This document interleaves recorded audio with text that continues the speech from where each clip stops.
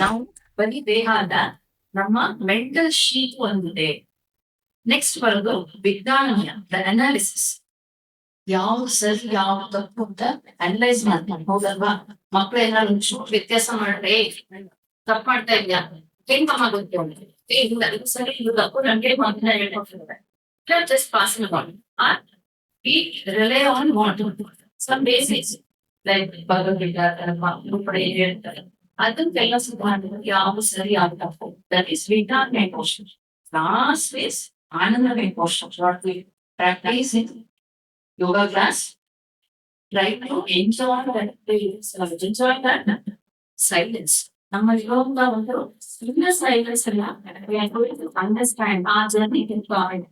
ಅವಾಗ ಏನು ಯಾರಿಗೋ ನಾವು ಕುಡಿಯೋದು ಫಸ್ಟ್ ಕಾಫಿ ಕುಡಿಯೋದಪ್ಪ ಅಂದ್ರೆ ಇನ್ನೊಬ್ರು ತುಂಬಾ ಇಷ್ಟವಾಗಿದೆ ಜಾಮೂನ್. ಎಷ್ಟು ಕಾಫಿ ಕುಡಿತೀವಿ?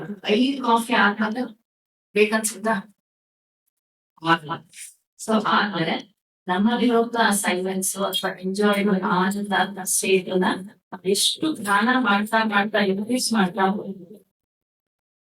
ಸ್ವಾದಿ ಸುಂದರ ಆರ that is the ananda kosha is spreading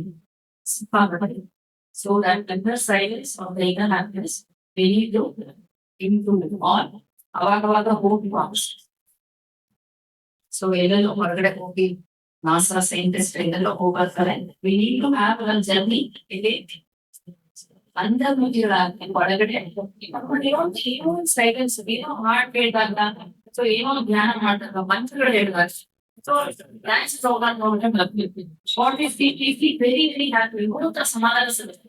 ಆ ಸಮಾಧಾನ ನಾವು ಇಟ್ಕೊಂಡು ಯಾವುದೇ ಒಂದು ಸಪೋರ್ಟ್ ಇದೆ, ಏನೋ ಜಾಮೂನು